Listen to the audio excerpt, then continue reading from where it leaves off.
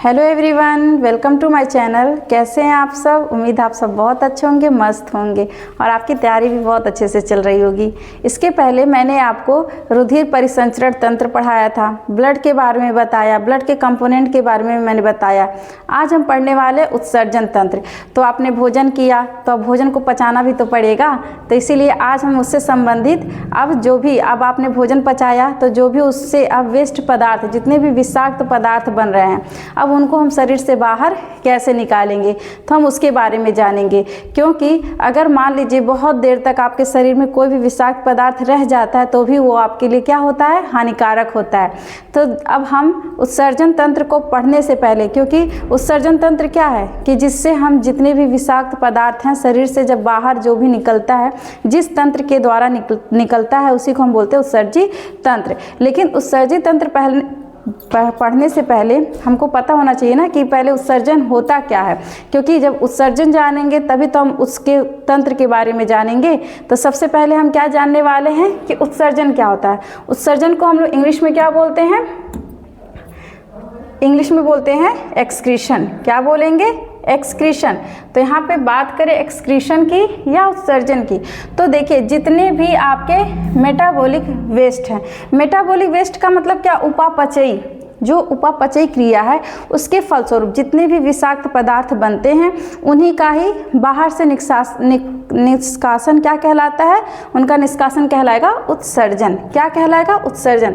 तो उपापचयी क्रियाओं के फलस्वरूप बने उत्सर्जी पदार्थों को शरीर से बाहर निकालने की क्रिया को क्या कहते हैं? उत्सर्जन कहलाते हैं। क्या कहेंगे उनको? उत्सर्जन। Excretion is elimination of metabolic waste which is an essential process in all organism. मतलब ये एक प्रकार का बहुत ही आवश्यक प्रोसेस है, बहुत ही आवश्यक प्रक्रिया है आपके शरीर के लिए, क्योंकि उत्सर्जन होना बहुत ज़रूरी होता है। तो अब ये हो गया उत्सर्जन किसे कहते हैं। अब देखिए, the excretory system is a vital biological system that removes excess and waste product from the body to maintain homeostasis. मतलब मानव शरीर के हानिकारक पदार्थों को बाहर निकालने वाले तंत्र उत्सर्जी तंत्र कहलाते हैं। अगर पूछ लिया कि उत्सर्जित तंत्र किसे कहते हैं, अब जो उत्सर्जन हो रहा है, अब वो उत्सर्जन जिस तंत्र के द्वारा होगा उसी को बोलेंगे उत्सर्जी तंत्र। तो इतना समझ में आया कि उत्सर्जन किसे कहते हैं और उत्सर्जी तंत्र किसे कहते हैं।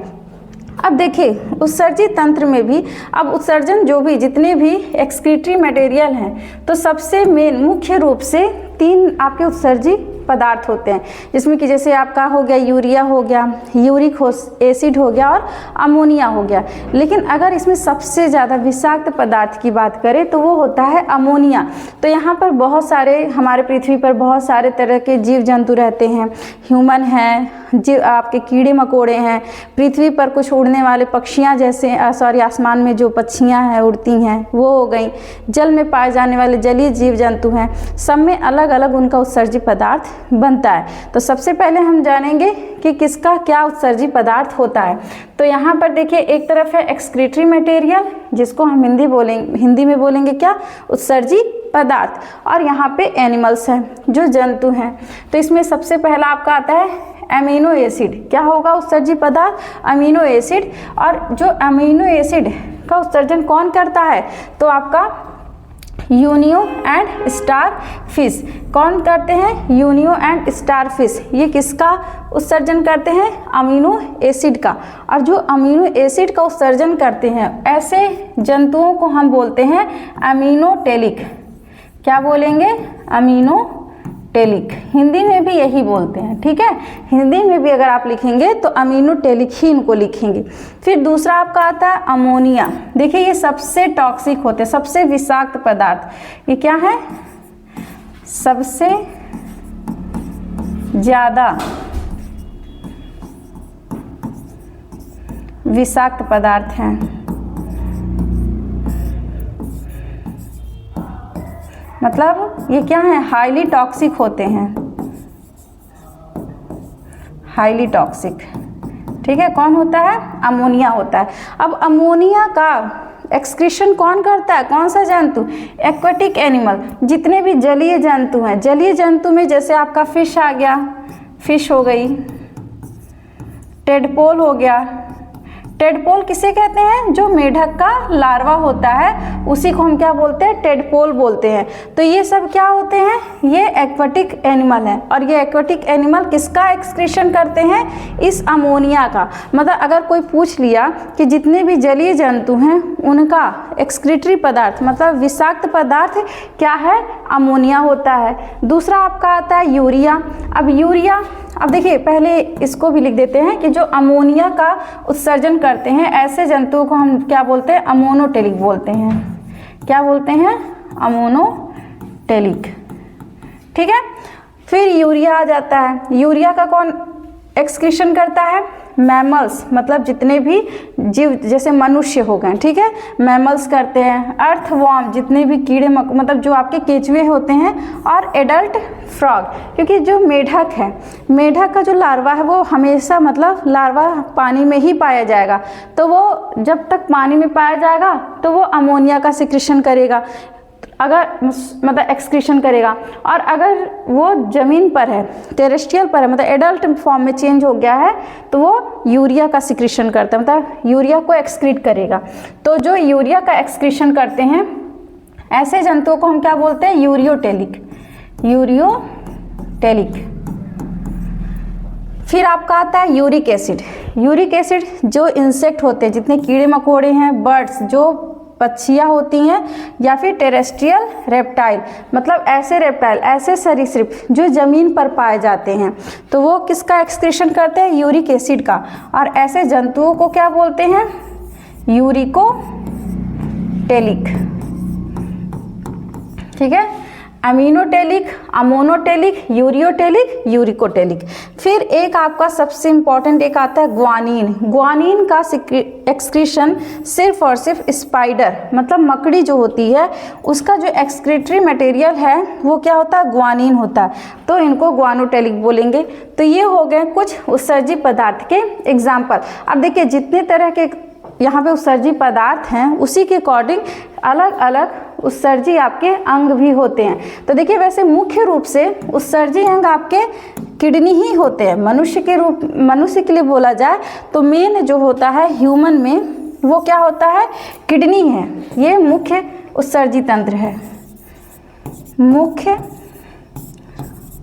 उत्सर्जी तंत्र है। ठीक है।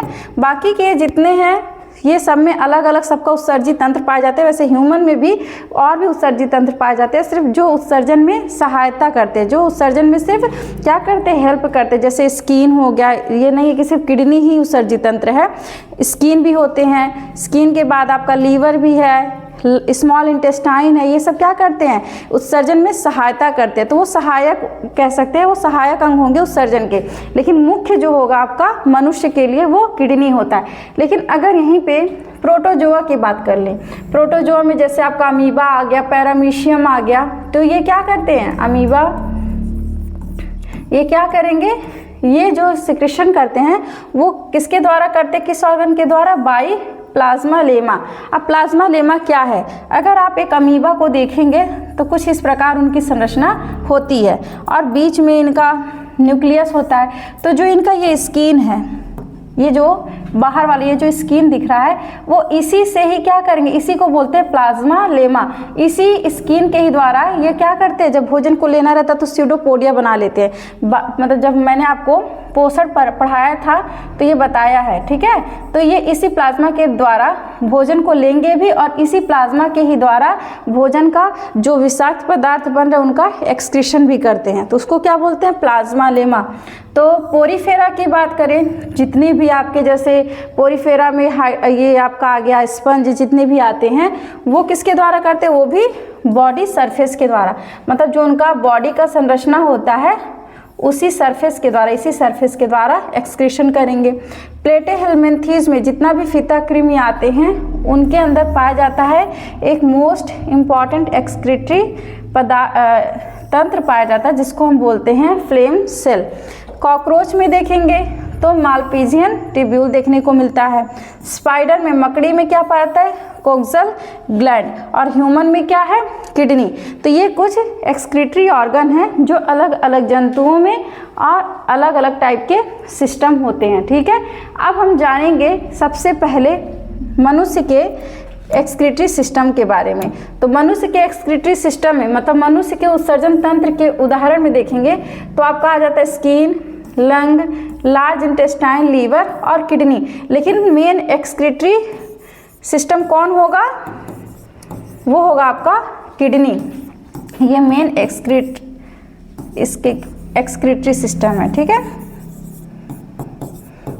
मतलब मुख्य उत्सर्जी तंत्र हैं। बाकी ये सिर्फ सहायता करते हैं। जैसे स्किन है, अब स्किन से क्या होता है? जो हम लोगों में क्या होता है? पसीना होता है। वो पसीना इसी स्किन के द्वारा ही एक्सक्रीट होता है, क्योंकि ऐसा तो है नहीं कि सब सिर्फ अमोनिया या फिर यूरिया यही सब सिर्फ शरीर के लिए हानिकारक होते हैं। पसीना भी तो बाहर निकालना जरूरी होता है, तो उसका एक्सक्रीशन किसके द्वारा होगा? स्किन के द्वारा होगा।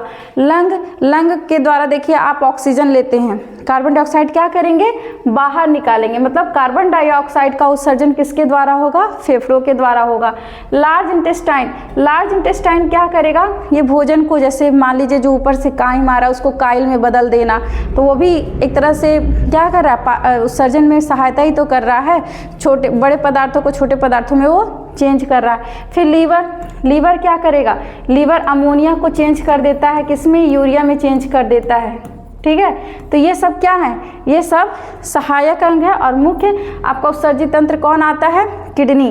तो हमको किडनी के ही बारे में पूरा डिटेल में पढ़ना है कि मनुष्य के किडनी कैसी होती है, या फिर अब किडनी को हम हिंदी में क्या बोलते हैं? वृक्क बोलते हैं। तो सबसे पहले हम जानेंगे कि वृक्क की बात करें तो वृक्क कितना पाया जाता है संख्या में। तो देखिए, जब आप वृक्क को देखेंगे तो उनका जो एक आपका दो एक जोड़ी में पाए जाते हैं, मतलब 2 की संख्या में पाए जाते हैं। एक आपका राइट होता है, दूसरा लेफ्ट साइड में। तो जब आप राइट वाला देखेंगे तो वो लेफ्ट से थोड़ा सा क्या होता है? नीचे होता है, क्योंकि इसी के ऊपर कौन बैठा रहता है? इसी के ऊपर लीवर आके बैठा रहता है। इसलिए राइट साइड वाला जो किडनी होता है वो क्या होता है? थोड़ा सा नीचे की तरफ, थोड़ा सा नीचे होता है। लेफ्ट वाला थोड़ा ऊपर की तरफ होता है। ठीक है, फिर इसी से अब इसको देखेंगे तो ये वृक्क क्या है? वृक्क 2 सेम बीज के आकार के अंग हैं। मतलब सेम का बीज आपने देखा होगा, जो सेम जिसको हम बीन बोलते हैं, तो उसके आकार या बंद मुट्ठी के आकार के दिखाई देते हैं। फिर kidney is located in peritoneum cavity, right side kidney slightly down as compare to left kidney. मतलब जो राइट साइड का किडनी है लेफ्ट किडनी से थोड़ा सा नीचे होता है। फिर वृक्क उत्सर्जन तंत्र का जो महत्वपूर्ण अंग है, इसके भी कई भाग होते हैं। अब जब आप इस किडनी को देखेंगे तो इस किडनी मतलब वृक्क को, तो इसके भी कई भाग होते हैं। तो इसके भाग में पहले तो हम ये जानेंगे, पहले अंग जानेंगे, फिर हम वृक्क के उसके जो भाग है बाकी हम जानेंगे। तो सबसे पहले ये किडनी मतलब ये वृक्क है। वृक्क के मुख्य भाग में फिर आपका आता है, इसको क्या बोलेंगे? इसको बोलेंगे वृक्क। वृक्क के बाद आता है मूत्रवाहिनी। मूत्रवाहिनी, इसको क्या बोलेंगे? मूत्रवाहिनी आएगा। मूत्रवाहिनी के बाद इसमें आता है मूत्राशय। अगला पार्ट क्या आएगा? मूत्राशय। इसको क्या बोलेंगे? मूत्राशय। और सबसे ये नीचे वाला फिर यहाँ पे फिर एक पार्ट पाया जाता है जिसको बोलेंगे मूत्र मार्ग। लेकिन अगर सिर्फ किडनी की बात करें तो इसमें भी कई भाग होते हैं। कौन कौन से? जिसमें कि आपका आता है रीनल कैप्सूल, रीनल कॉर्टेक्स और रीनल मेड्यूला। लेकिन आज के लिए बस हम इतना ही आपको बताएंगे। बाकी जो किडनी का जो भी आपका मॉर्फोलॉजी है या एनाटॉमी है उसको हम नेक्स्ट वीडियो में डिस्कस करेंगे। तो आज के लिए बस इतना ही, मिलते हैं नेक्स्ट वीडियो में। Thank you.